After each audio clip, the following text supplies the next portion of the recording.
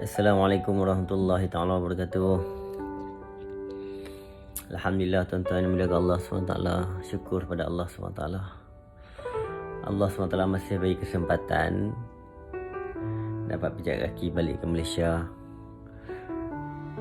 Kemudian Allah SWT bagi lagi kesempatan pada kita semua sebenarnya, bukan saya seorang, tapi pada kita semua, kehidupan yang sangat sementara.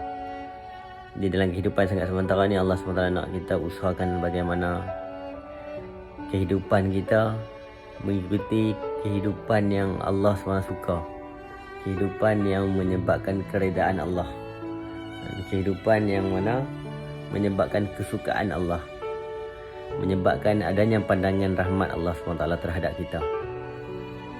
Jadi sementara usia, waktu, umur yang berbaki yang masih Allah SWT pinjamkan kepada kita, maka kita kena usaha supaya kehidupan yang mana sebelum ni mungkin kita teralpa, kita terlupa, kita terlalai, dan supaya kehidupan yang seterusnya, mungkin sekejap lagi, mungkin mulai sekarang, dan kita mula berazam, berniat untuk betulkan apa saja kesilapan dan kesalahan, kekurangan kita, dan kita mula untuk usaha bagaimana hati kita, yang permulaan sekali, hati kita bagaimana boleh yakin bahawasanya tidak ada yang berkuasa melainkan Allah.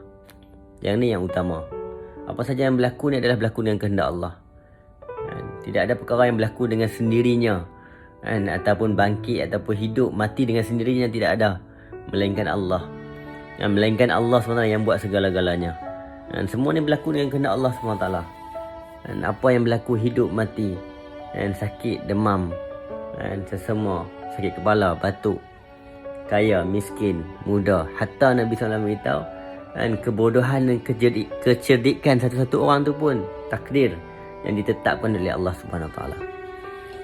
Jadi segala takdir baik atau buruk pun boleh ditetapkan Allah Subhanahu Wa Taala.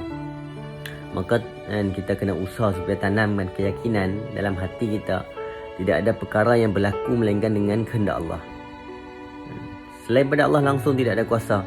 Yang berkuasa hanya Allah SWT, yang menghidup, mematikan, yang turunkan hujan, yang jadikan kemarau, yang jadikan panas, yang jadikan sejuk, yang jadikan musim, yang jadikan dunia ni. Ada negara-negara yang musim dia berlainan, ada negara yang malam dia panjang, ada negara yang malam dia pendek, ada negara yang malam panjang, siangnya panjang, malamnya pendek, kan? Ada berbagai-bagai bahasa, berbagai-bagai warna kulit, dan semua ni diciptakan oleh Allah SWT supaya kita lihat dan kita pandang sesuatu ni dan kita fikir. Kita pandang dan kita fikir. Kalau kita pandang tanpa kita berfikir, kan, takkan meningkatkan iman kita. Dan tapi kalau kita pandang dan fikir, kita pandang, kita lihat, kita fikir, bahawasanya berlaku ni dengan kehendak Allah.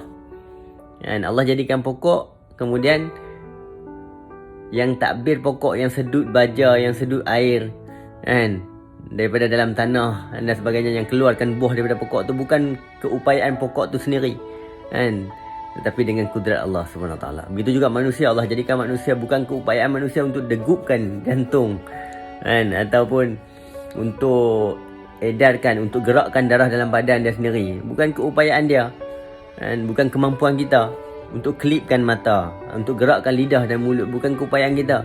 Allah tak serahkan kepada kita. Tetapi ini semua pergerakan berlaku dengan hanya sahaja kehendak Allah, dengan kudrat Allah, dan ditakbir oleh Allah SWT.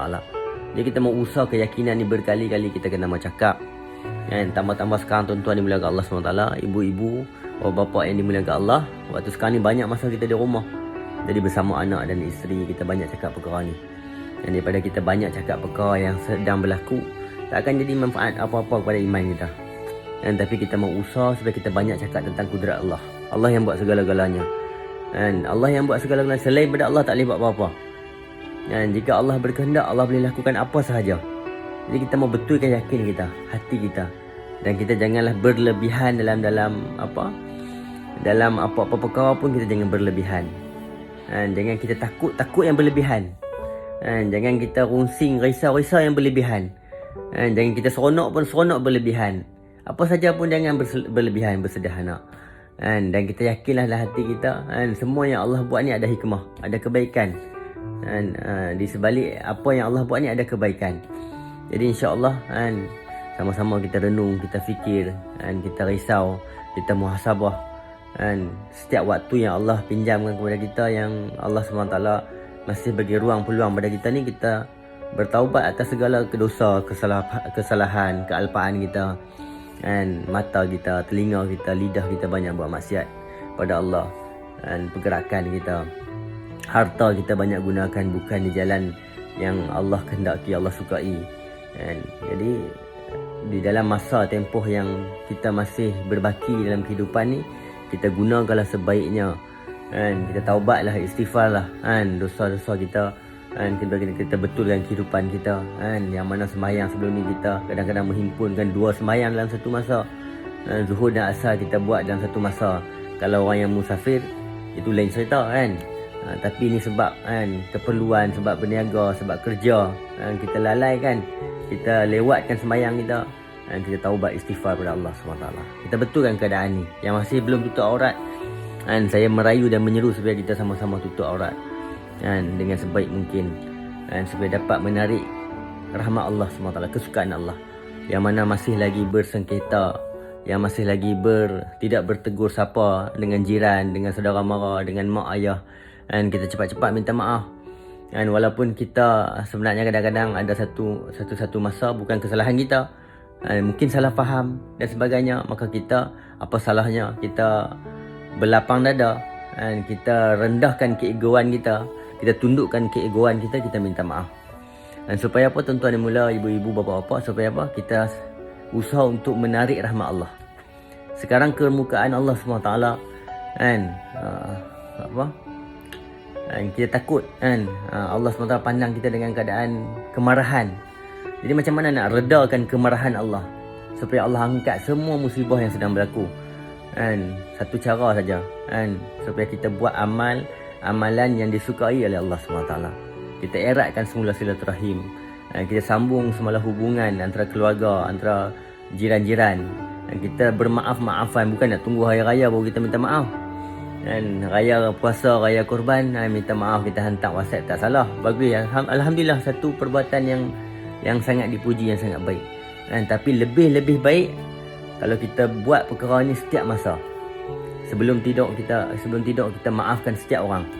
Tak kira siapa saja kita maafkan. Dalam hati kita sayang, kita ataupun kita berdoa minta kepada Allah bagi kita maafkan semua orang yang ada silap dengan kita.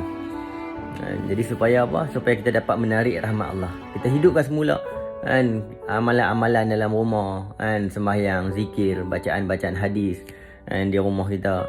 Kemudian di masjid, kalau mampu boleh buat, ada kebenaran kita buat.